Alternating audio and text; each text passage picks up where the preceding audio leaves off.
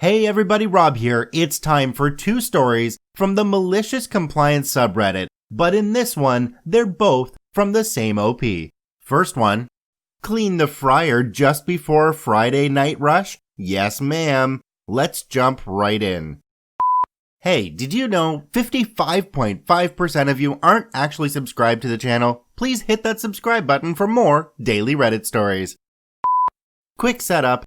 As my current job begins to start back operation, memory brought me back to my previous years as a long-suffering line cook. For those of you who have worked this job, you know it is simultaneously the best and worst job in the world. The people are great, but if it wasn't for the low pay, long hours, working conditions, stress, anyway, I was in management training at this time, and this was used constantly to coerce me into doing many downright dangerous things, such as in this story.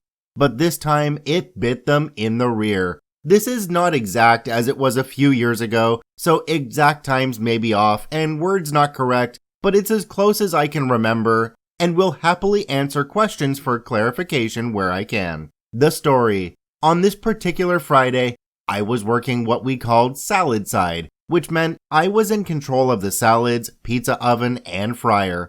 While it could be a lot to juggle during busy hours, I had managed to get into a pretty good groove through the morning shift. With no orders in the window, no tables on the floor, but a bar regular, the day's prep all finished, and the area cleaned and restocked, I was looking at a good 30 minutes break between my shifts. We didn't get one scheduled, nor were you guaranteed a meal on a double shift. You only got one if you finished on time. I figured that I, for once, had a good chance at a break.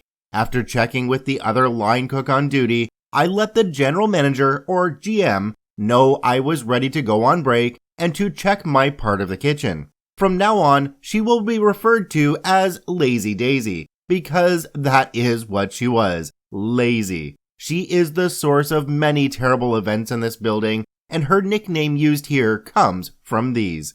She walks and immediately goes to the deep fryer, which had been forgotten about by the previous night's crew, as is tradition. Why hasn't this been cleaned out? Because it's in the middle of the day. We can only clean it out at the end of the night shift, and the night cook didn't do it last night like it's scheduled. I can do it after close tonight, though. The oil was too viscous in the morning when I arrived, and the sickly pump could not cycle the thick oil through the gunk trap properly. Therefore, the oil must be heated up first, but it has to be allowed to cool down enough to safety cycle the oil.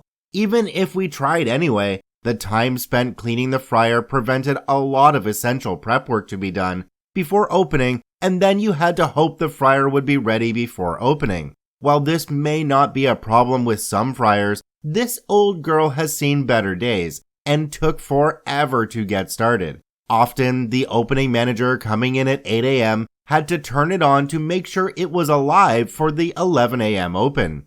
The current roster managers usually refuse to allow it to be taken offline during normal hours, as they didn't want to have to deal with the "but my nuggets" problems, so I didn't think to come to her about it.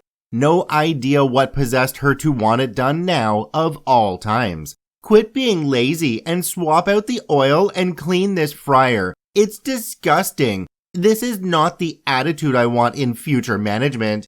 And good future management would know not to change out fryer oil that is currently sitting at almost 400 degrees Fahrenheit. I could lose a hand doing that. It will take a while to cool and clean. If you don't change the oil and clean it up right now, I will have a talk with area director and discuss this promotion of yours. She then proceeded to strut back to the office to ignore her job and eat her lunch. This was doubly insulting, as I've not had a chance to have my own lunch now. I sat there for a moment, kind of just seething, until the other line cook came over and said, "Don't, it's not safe. Mucho caliente." I nodded in agreement, trying to figure out what to do. I have ignored her in the past on these kinds of things, but it never ended up with me on top. We stood there for a moment, silently trying to figure out what to do. He was a good man and very concerned for my safety, and was adamant I not even try, since I had a bit of an injury reputation. That's when light bulbs popped up in my head. Oh, I'll make sure the fryer is clean all right, and I'll make sure that oil is replaced. You know, the rush starts in not too long, and since my night shift starts in a few minutes, no need to do it quick. The other line cook stood there for a moment looking at me like I was crazy, then smiled, eyes closed, shaking his head at me as if to say, "You are an idiot, and you are going to hurt yourself." He then shouted out, "Heard, servers, 86 fried," him letting the servers know we couldn't do fried items. I put no effort into doing the next step swiftly. I cut the heat, then headed out to the back dock and grabbed this metal tube on wheels we used to transport the old grease. While the grease typically was not insanely hot when transporting it out, it was still at a mean temperature and needed a lot of precautions, as it would quickly heat up the metal. I won't bore you with the steps required of changing and cycling grease, but know that several times hot speckles of oil popped onto my face and arms. It was painful, but I knew this sacrifice will be worth it. As I am perfecting the art of gunk poking, several tables walked into the door, including a 12-person table of mostly little kids. I was able to see them because the majority of the kitchen was visible from the dining room, and vice versa because of the open concept design of the restaurant. The server whose section it was groaned because night shift was still several minutes away from arriving and she hadn't even finished looking at her snaps. Oh, how fortuitous. Lazy Daisy began to stir in her office, so I knew I had to rush this next step. I pulled the gunk trap out, slid in the wheeled grease tube, and began to drain, making extra sure the flow wasn't strong enough to splash and burn my feet off. Since it was only a 2-slot fryer, this happened very quickly, just quickly enough that she arrived as the last drop went into the tube. The distant childish chorus calling out, "I want cheese sticks," could be heard in the background. What is taking so long? We have customers now, and the grease isn't swapped out. Why did you waste so much time cleaning? I simply shrugged as the night shift began to walk in. It takes time to clean out with it being so hot. I had to be extra careful. You demanded I clean it, and I haven't even had time to wipe it with the towel yet. But it's still too hot. I would need to wait. I wasn't lying. The metal was still extremely hot, and she knew that. As if on cue, I heard a ticket print, and despite my pretty bad eyesight, I could see plain as day what was on the ticket. 3 orders of the best mozzarella sticks this side of the balcons. I guess the server was too busy playing on her phone to hear the other line cook call 86. Oh well, that's not my problem. Lazy Daisy turned and looked at the ticket, then gave me a death glare. How long? I shrugged again. Usually takes a bit, the left fryer is still acting up, but I can crank up the right. Still gonna take a bit with the new grease. Lazy Daisy puts her hand to her forehead frustrated. Just put the old grease back in. Because of the rapidly rising heat of the wheeled grease tube and lack of hand grips besides the one next to the opening, and the significant number of obstacles in the cramped kitchen, it was now impossible to put the grease back in without severe risk to anyone nearby, and she knew that. No can do. If I try, the grease will be spilling everywhere, and I will probably have to go to the hospital if I try. Even if it doesn't spill, I will still have burned hands. And do you really want all these guests seeing me pour grease from this dirty, grease-encrusted tube? Lazy Daisy had this look of absolute defeat, and she marched over to deal with the table as I dumped the cold, thick, new grease into the fryer, then poured the old grease into the grease bin on the back dock. The fallout. The left fryer took forever to heat back up and wasn't ready until well after the rush was in full swing. The right side was much quicker, but still took quite a while anyway. Aging and broken equipment was common in this building, and commercial grease fryers are not often prized for their turn-on speed. The parents of the little kid army were complete and total Karens, and began shouting obscenities at Lazy Daisy, which could easily be heard over the growing bustle of the restaurant and the snickering of the line cooks. The other morning line cook even found an excuse to stay a few extra minutes to watch before he headed out for the night. Lazy Daisy then spent a good part of the night going from table to table explaining that there were no fried items, as servers never pay attention to any 86 call no matter how many times it is repeated. And as a current server, I admit to doing this far too often to be this judgmental. This only infuriated and stressed her out even more. Once the right side fryer had finally heated up, she spent even more of the night explaining why all the chicken parms, eggplant parms, nuggets, wings, fries, mott sticks, etc. were running so far behind. After all, we only had half the usual frying capacity. She ended up having to buy a lot of food for the tables and stay late to put out fires, as the other manager, Lucy, was terrible with tables, all of which was in perfect view of me.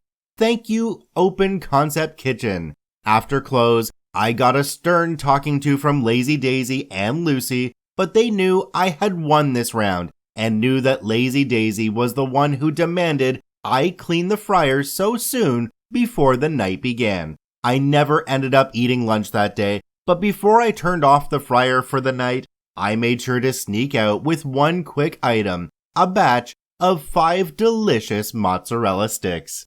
I can bet you those mozzarella sticks tasted just like victory. Our next story is from the same OP and goes on about the same restaurant. How an act of malicious compliance saved my life. Let's jump right in. A year and a half ago, I was working a restaurant job that was slowly killing me. There's a lot to set up, so bear with me. I'm skipping over a lot. I realize now we should have gotten OSHA involved, but I was an idiot and let all this go on for too long. This is not as soft as the last one and has no moment of victory. Setup. Since the previous story about this restaurant, a lot had changed. Not long after that story, I was promoted to management but never fully trained. I had gotten Lucy fired for theft, and my wife was the one who replaced her, transferred from another store. This broke a lot of company policies and also probably the law, but the company was short on managers. A new general manager came in and Lazy Daisy got the demotion she deserved and would be forced to resign. Before she left, she attempted to get revenge on us, blaming us for what happened, but it failed. Another manager, who is so insignificant I forgot his name, quit and was replaced by an old friend who my wife and I trusted and treated almost like family.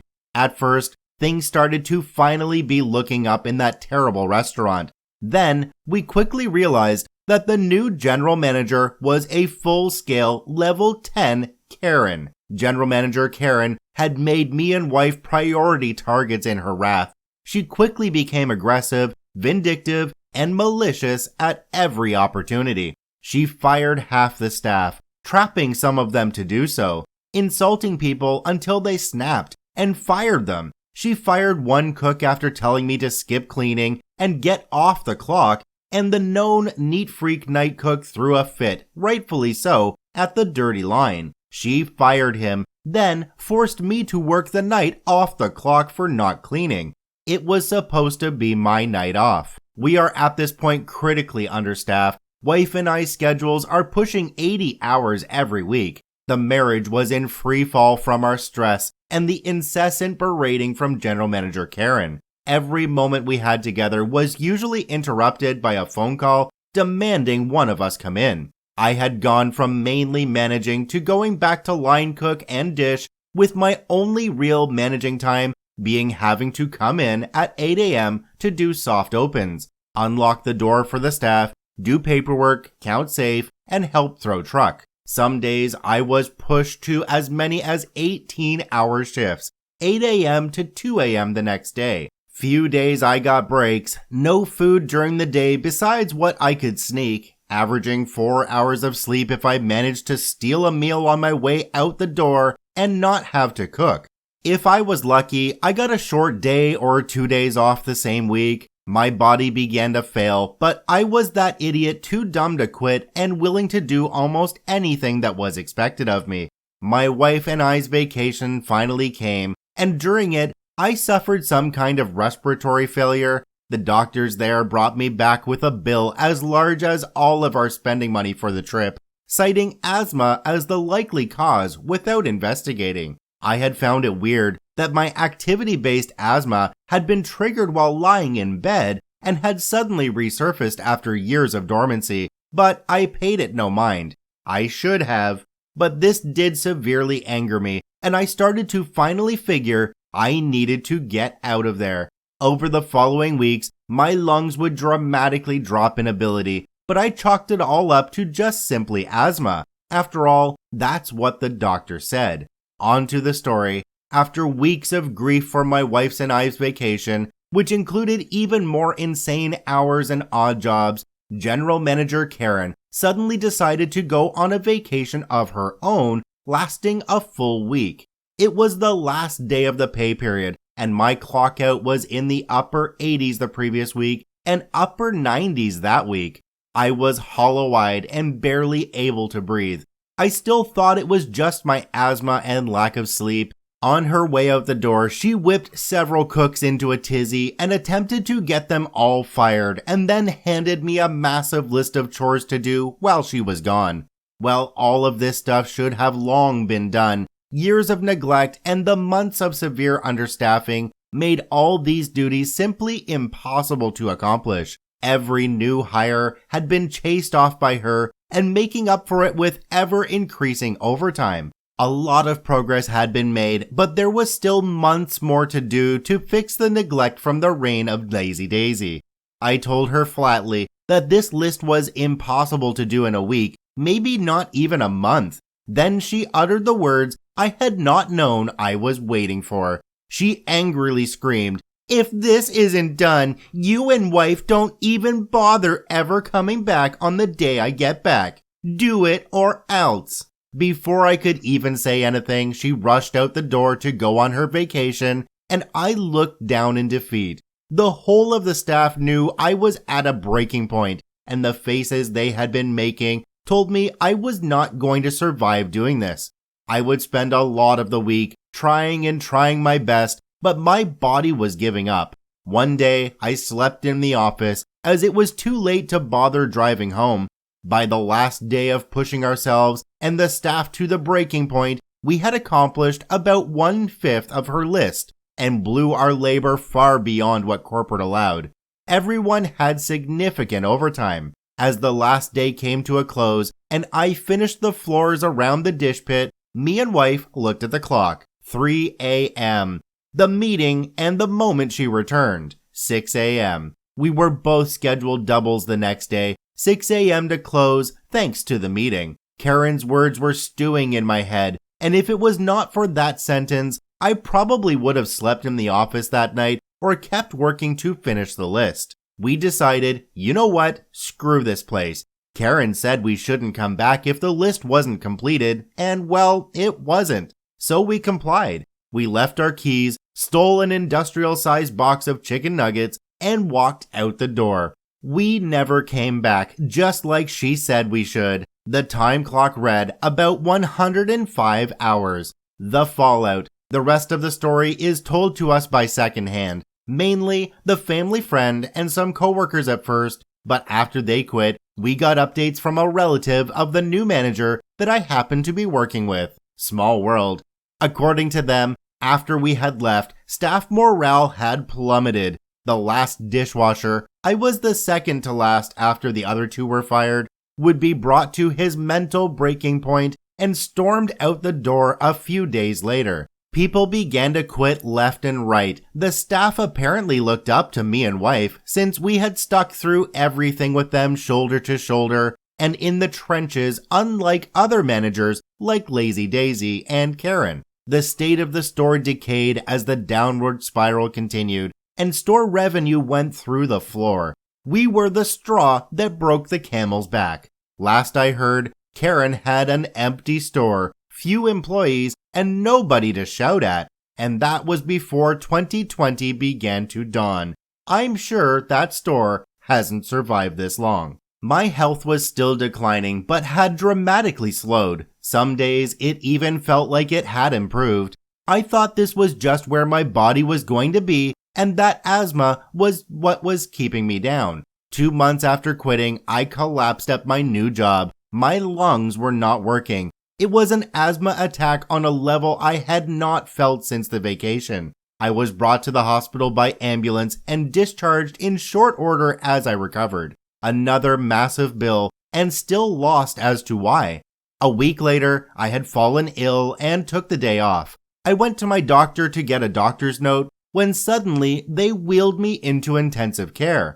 The nurse said I was as white as a sheet. My blood oxygen level was so low, I should have passed out on the drive. They discovered I had a minor nasal infection that had spread through my entire respiratory system and beyond, heavily entrenched in the lungs. The doctor estimated that this level of infection of that strain would require a number of months. He estimated 7 to 8 of progression and a severely weak immune system. When informed of my previous job, he said that the lack of sleep and constant work was stressing my body to the point where my immune system could not fight off the infection. Despite being out of that environment, the war on the infection was preventing the body from healing. He said I shouldn't have made it, and if I had not quit, he has little doubt I would not have made it. To this day, a year and a half later, my lungs are still weak, but the infection is gone. They may never heal, but I am still around. I have, due to recent circumstances, finally quit restaurants entirely, but that was how some malicious compliance and a walk out the door probably saved my life. In the comments below the last story, it suggested that if this happened in the United States, OP needs to get a labor lawyer. There are several serious violations described in the story, and there's a strong case for their illness being a work injury, which can at least get those doctor bills paid at the very least. I was definitely glad to hear at the end that OP was feeling a lot better though. I'd like to thank OP for posting both of these stories to the Malicious Compliance subreddit. You can visit them at the links in the description below. Please go there and give them an upvote. Once again, this is Rob from Karma Comment Chameleon saying thanks for watching. If you enjoyed the video, please hit that subscribe button, drop a like, and share it with your friends, and we'll see you in the next one.